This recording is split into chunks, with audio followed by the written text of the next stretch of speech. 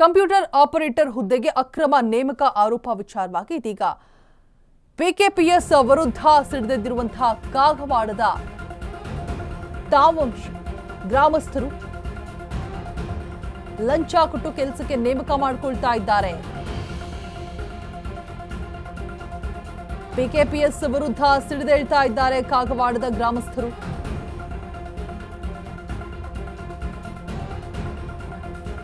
ಶಾಸಕ ರಾಜು ಕಾಗೆ ವಿರುದ್ಧ ಧಿಕ್ಕಾರ ಕೂಗಿ ಆಕ್ರೋಶವನ್ನ ಹೊರಹಾಕ್ತಾ ಇದ್ದಾರೆ. ಕಂಪ್ಯೂಟರ್ ಆಪರೇಟರ್ ಹುದ್ದೆಗೆ ಅಕ್ರಮ ನಡೆದಿದೆ, ಅಕ್ರಮ ನೇಮಕಾತಿ ಆಗಿದೆ. ನಮ್ಮ ಗ್ರಾಮದಲ್ಲಿ ಸಾಕಷ್ಟು ವಿದ್ಯಾವಂತರಿದ್ದಾರೆ, ಅವರನ್ನ ಬಿಟ್ಟು ಸೆಕ್ರೆಟರಿ ಮಗನನ್ನ ನೇಮಕ ಹೇಗ್ ಮಾಡ್ಕೊಂಡ್ರಿ? ಉಗ್ರವಾದ ಹೋರಾಟ ಮಾಡ್ತೀವಿ, ಆಕ್ರೋಶಗೊಳ್ತಾ ಇದ್ದಾರೆ, ಆಕ್ರೋಶವನ್ನ ಹೊರಹಾಕ್ತಾ ಇದ್ದಾರೆ. ಪಿಕೆಪಿಎಸ್ ಆಡಳಿತ ಮಂಡಳಿಗೆ ತಾವಂಶಿ ಗ್ರಾಮಸ್ಥರು ಆಕ್ರೋಶವನ್ನ ಹೊರಹಾಕ್ತಾ ಇರುವ ಕಾಗವಾಡದ ಗ್ರಾಮಸ್ಥರು ಹೇಗೆ ನೇಮಕ ಮಾಡಿಕೊಂಡ್ರಿ? ನಮ್ಮ ಊರಲ್ಲಿ, ನಮ್ಮ ಗ್ರಾಮದಲ್ಲಿ ಸಾಕಷ್ಟು ಜನ ವಿದ್ಯಾವಂತರಿದ್ದಾರೆ, ಹೌ ಇಟ್ಸ್ ಪಾಸಿಬಲ್ ಅಂತ ಪ್ರಶ್ನೆ ಮುಂದಿಡ್ತಾ ಇದ್ದಾರೆ. ಅಕ್ರಮ ಖಂಡಿತವಾಗಿಯೂ ನಡೆದಿದೆ ಅಂತ. ಈಗ ಮೆಜಾರ್ ಮುರುಕುಗಳಾಗ ಭಾಳ ಪ್ರೆಷರ್ ಹಾಕಿ ಭಾಳ ದೊಡ್ಡ ನಡೆದೈತೆ. ಮನೆ ಮಾಡ್ತೀವಿ ಮೇಲೆ ಕಡೆ ಹೋಗೋದು, ಆ ಕಡೆಗೆ ಆ ಕಡೆ ಲಿಂಕ ಕಮಿಟಿಯಾಗಿ ಫೋನ್ ಹಚ್ಚಿ ಹಚ್ಚಿದ್ವಿ. ನನಗಂತೂ ಯಾವುದೋ ಒಂದು ಫೋನ್ ಬಂದಿಲ್ಲ, ಯಾರು ನನಗೂ ಹೇಳೇ ಇಲ್ಲ. ಅವ್ರವ್ರ ಲೆವೆಲ್ದಾಗ ಕೋರೋನಾ ಮಾಡ್ಲಕ್ಕನ 2 ತಿಂಗಳು ಹೋಗಿತ್ತು. ಇಲ್ಲ ಸರ, ಈಗ 2-3-4 ತಿಂಗಳ ಹಿಂದೆ ಒಂದು ಕಂಪ್ಯೂಟರ್ ಆಪ್ರೇಟರ್ ಅಂತೇಳಿ ಸೀಟ್ ತುಂಬೋದ ಪಬ್ಲಿಕ್ದೊಳಗೆ ಬಂದಿತ್ತು ಸರ. ಆದ್ರೆ ಅವ್ರು ಏನು ಮಾಡ್ಯಾರ, ಈಗ ನಾವು ಆ ಸೀಟ್ ತುಂಬೋದ್ರ ಬದಲ ಅರ್ಜಿ ಕೊಡ್ಲಿಕ್ಕೆ 2026 ತಾರೀಕು ಬಂದು ಇಲ್ಲಿ ಅರ್ಜಿ ಕೊಡ್ಲಿಕ್ಕೆ ಬಂದಿರು ಸೆಕ್ರೆಟರಿ ಸಾಹೇಬ್ರ ಕೈಯಾಗ್ರಿ. ಆವಾಗ ಅವ್ರು ಏನಂದ್ರೆ, ಇಲ್ಲ ನಾವಿನ್ನ ಸೀಟ್ ತುಂಬೋದು ನಮ್ಗೆ ಅವಶ್ಯಕತೆ ಇಲ್ಲ, ಮತ್ತು ಇನ್ನೂ ನಾವು ಯಾವ ಠರಾವ್ ಪಾಸ್ ಮಾಡಿಲ್ಲ.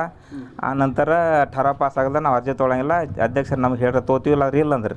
ಇಲ್ಲ ಅಂದ ಕೂಡಲೇ ನಾವು ಅಧ್ಯಕ್ಷರಿಗೆ ಫೋನ್ ಹಚ್ಚಿನ, ಅಧ್ಯಕ್ಷರ ಹಿಂಗೆ ನಾವು ಅರ್ಜಿ ಕೊಡ್ಲಿಕ್ಕೆ ಬಂದು ಸೀಟ್ ತುಂಬೋದಿಲ್ಲ ರೀ, ಮತ್ತು ಇಲ್ಲಿ ಸೆಕ್ರೆಟರಿ ಸಾಹೇಬ್ರು ಅರ್ಜಿ ತಗೋರಾಗ್ಯಾರ. ಅವ್ರು ಏನಂದ್ರು, ಅರ್ಜಿ ತಗೋ ಸೆಕ್ರೆಟ್ರಿ, ಮತ್ತು ಅದಕ್ಕೇನು ಸಂಬಂಧ ಇಲ್ಲ, ಮುಂದೆ ಏನು ಆಗ್ತೈತಿ ಕರೆ ಆಗ್ತೈತಿ ಇಲ್ಲ ಅದರಿಲ್ಲ, ಅರ್ಜಿ ತೊಗೊಳ್ಳೋಣ. ಇಲ್ರಿ ನಾವು ಒಟ್ಟ ತೊಗೊಳ್ಳೋಣ, ಮೀಟಿಂಗ್ದಾಗ ಪಾಸ್ ಆಗೋಣ ತೋತೀವತ್ತಂದ್ರಿ ರೀ.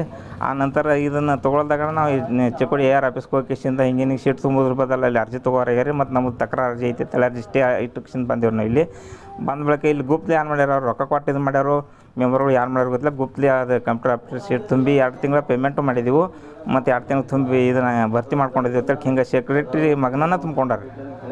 ಅಂತ ಈಗ ಸದ್ಯಕ್ಕೆ ಈಗ ಏನಾಗಿತ್ತು ರೀ, ಇಲ್ಲಿ ಊರಾಗ ನೋಡಿದ್ದು ಎಷ್ಟೋ ಜನ 50-60 ಹುಡುಗರು ಕಲ್ತವ್ರು ಇನ್ನೂ ಊರಾಗದಾರೆ.